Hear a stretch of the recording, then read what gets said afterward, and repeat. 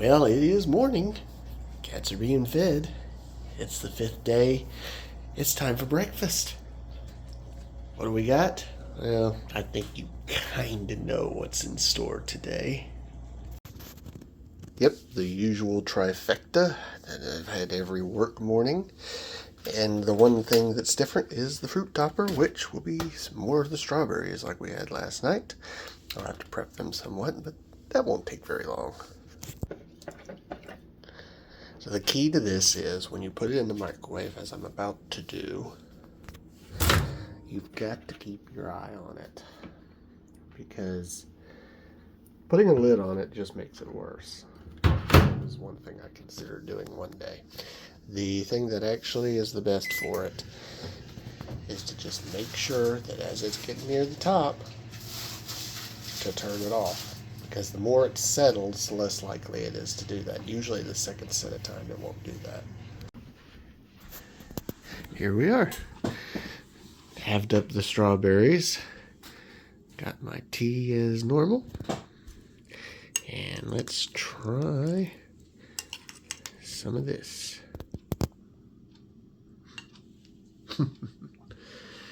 Little morning head.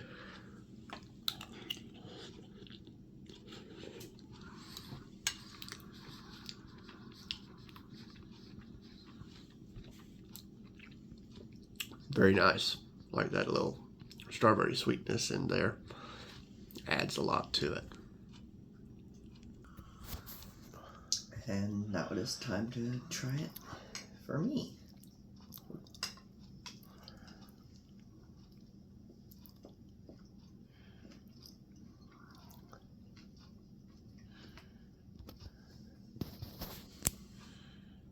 Strawberries are very fresh tasting. Always a good choice for oatmeal. And of course, getting ready for lunch, another sandwich, but today we will be we've had sliced up a whole tomato, which means we're going to have a tomato sandwich. And with the tomato sandwich, there is a little bit of Thousand Island dressing left, so I'm going to use that as my spreader, and we'll have that for lunch. Well, it's lunchtime, and that means it's time for our work lunch sandwich that I made. Of course, you saw I was doing a tomato sandwich, very thinly sliced, but it's got everything on there. If you can see a little bit, there you go. I've done these before. I've always liked Thousand Island. I didn't know if we would have any Thousand Island available, because if you don't have it, I didn't spend the money for it. And one of the rules is you can have it if it's already in your cabinet, but if it's not, you're out of luck.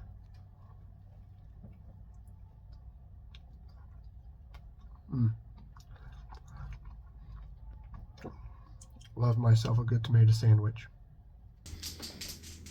2 o'clock. Once again, a late lunch, but that's okay. Obligatory bread shot. Obligatory bread shot.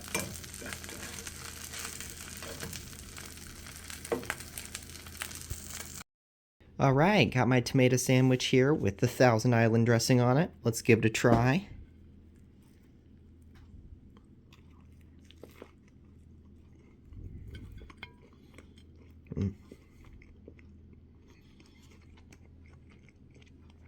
Very good.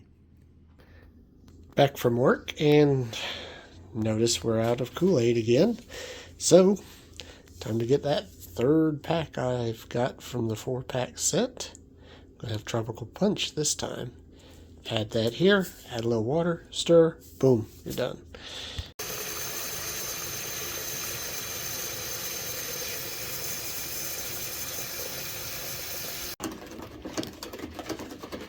Absolutely love the smell of this one.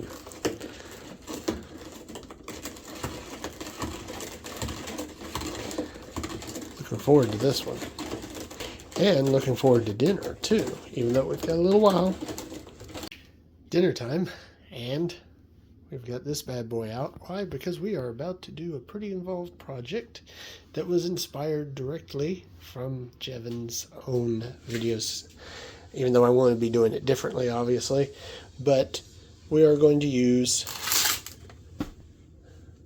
oven-ready lasagna that's gluten-free for Gale. And that means we're doing lasagna. We've got our sauce, got what's left anyway of our possible meat. We've got a little cheese too that we're going to put on there too.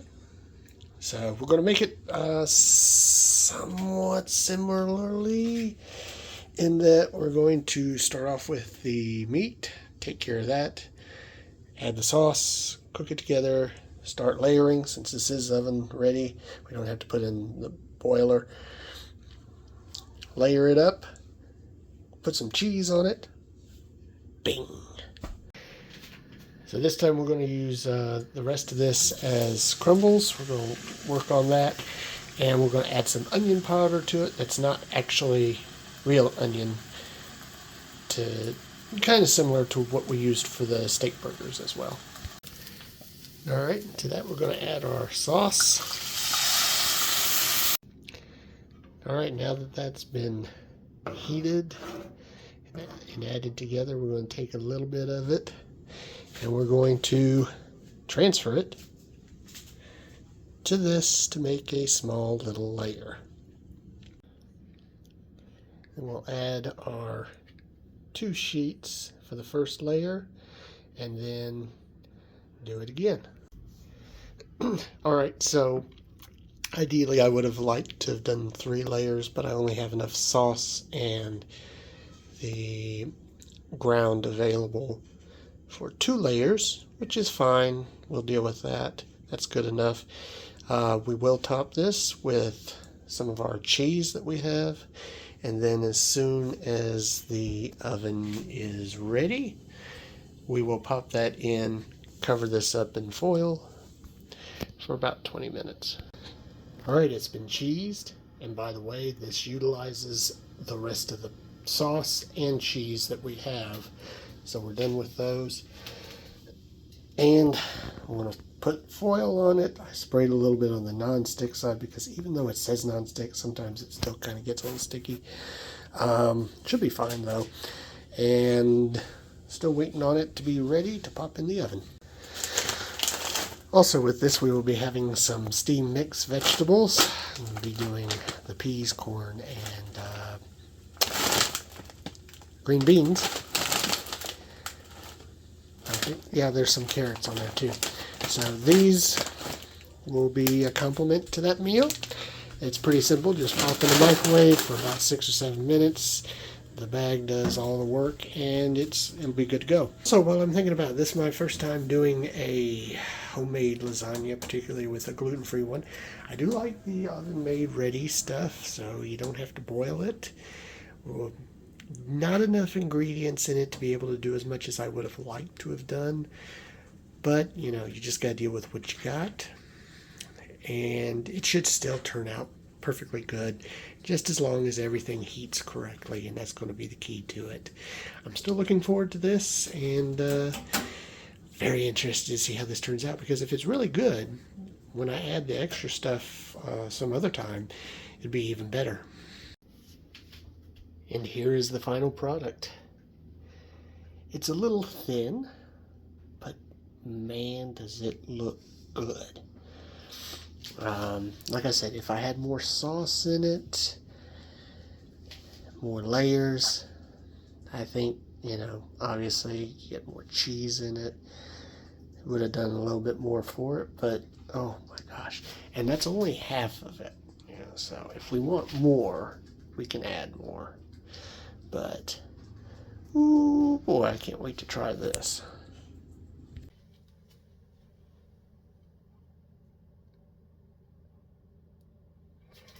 This looks pretty good. Let's try some of these steamed vegetables. Let's see, I got 4 sets, so I'll get all 4 of them in there.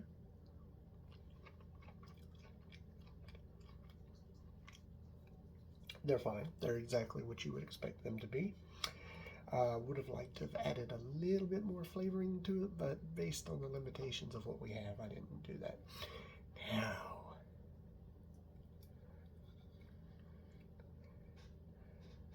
the lasagna. Ooh. Here we go.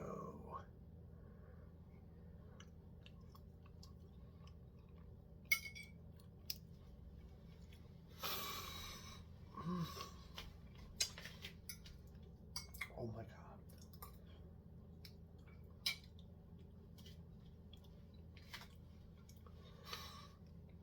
So good.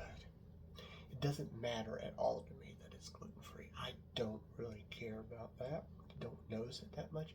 And even with the little bit of cheese that we have in there compared to what would be normal for a lasagna, this is amazingly good. This is a winner. This is a big time winner here. Oh. Let's see what Gale thinks. Also, got my Kool-Aid. Very good. Probably my favorite one so far of the three. Yep. And here's my turn at trying the veggies and the lasagna. The veggies first.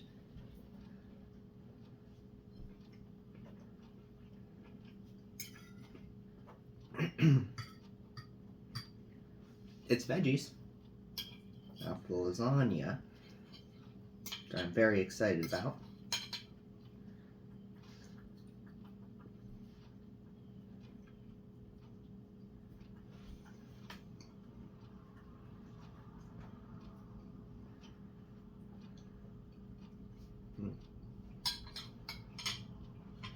Call me Garfield. That's some good lasagna. We got more too. Yes. All right, we are after dinner, and I am going to try to make this one thing that Jevon's made that I'm very interested in, and since we have the sheets available to do it, I am going to try to make from this the chips that he made and see if it turns out as well, because remember, this is gluten-free, so I don't know how that's going to work, but we're going to try it. And I may try and fail a few times. That's why I'm doing them a little bit at a time, just to see if I can do it. But if I can, I will report back. All right, so I think I found the right sort of consistency for this. This actually works pretty good.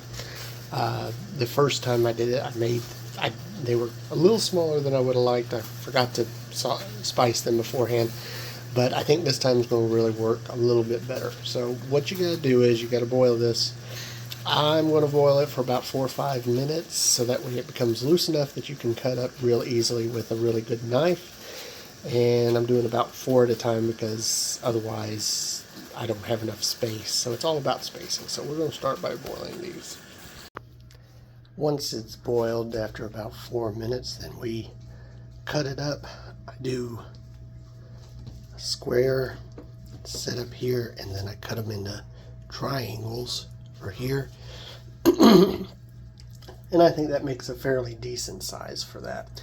Once I do that, then I will transfer it onto this pan, which I have a little bit of paprika and salt on the one side, and then I'll dust it on the top when that's all done. Alright, season them up, put them in the oven, and this is how they come out after they've sat a while. This is how it is. Now, the first ones I did were a little bit smaller. Actually, that's not one of the small ones. Hold on here. They're way down here. Yeah, they were like this tiny because I cut them too tiny. I thought they turned out pretty good.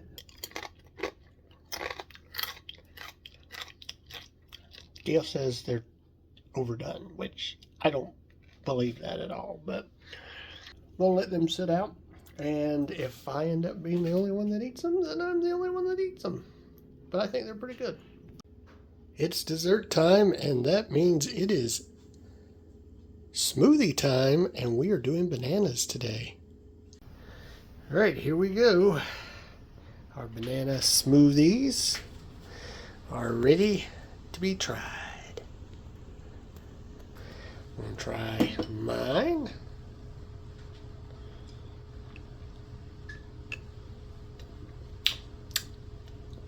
That's a very strong banana. Gail's probably going to hate it. She's not a big fan of banana. I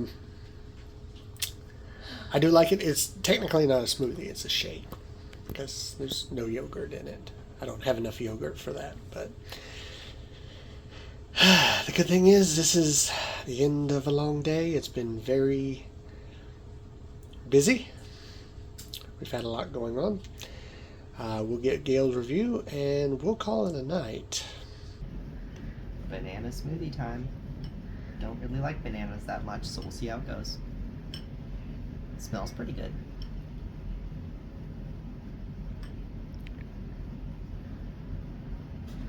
I like it. Oh, well, that's good. So that'll conclude today.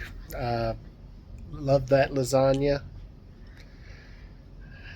Overall, pretty good day. We'll see what tomorrow has in store on the penultimate day.